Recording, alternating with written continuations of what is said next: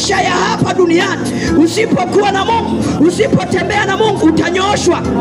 Ndio maana wanadamu lazima tumkimbilie huyu Mungu.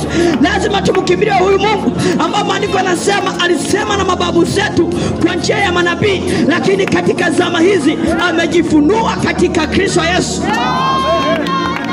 Ndani ya Yesu tunaona Mungu wa kweli. Ndani ya Yesu tunaona tumaini. Wanadamu tuliishi kama watu wasio na matumaini. Wanadamu tulitembea kama watu waliokosa matumaini, lakini baada ya ujio wa Yesu duniani tulipata matumaini mapya, tulipata imani mpya, tulipata nguvu mpya. Haleluya. Maandiko yanasema, je, ni yupi mwanadamu awezaye kushinda ulimwengu isipokuwa yule tu anayekiri kuwa Kristo ni Bwana?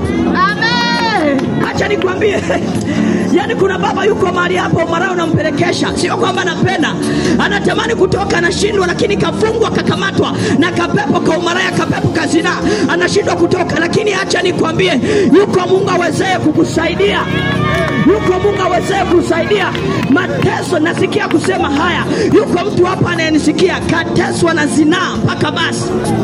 Lakini acha nikwambie, yuko Mungu awezaye kukusaidia. Yuko Mungu awezaye kukuponya. Yuko Mungu awezaye kukuokoa. Cha kufanya tu, usifanye moyo wako kuwa mgumu, bali ufikirie toba. Injili hii inakuita uje kwa Yesu. Yesu pekee ndiye ambaye ana nguvu, ambaye ana uwezo wa kumsaidia mtu kutoka kwenye dhambi.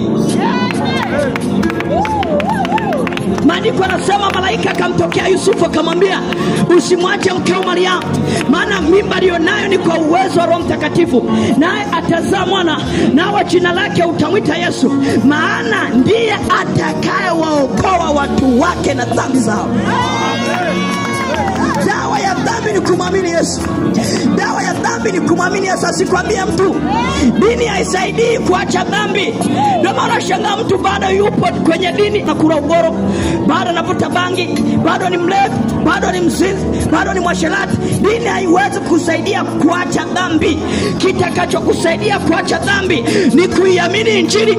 Maana maandiko yanasema, Warumi ile sura ya 1 mstari wa 16, siionei haya Injili kwa kuwa ni nguvu za Mungu, ni uwezo wa Mungu kwa kila aminiye. Unapoiamini Injili, unapoamini uwezo wa Mungu, acha nikwambie, Injili ni uwezo wa Mungu. Ukiamini tu, maandiko yanasema ukiamini tu, utauona wema wake Mungu.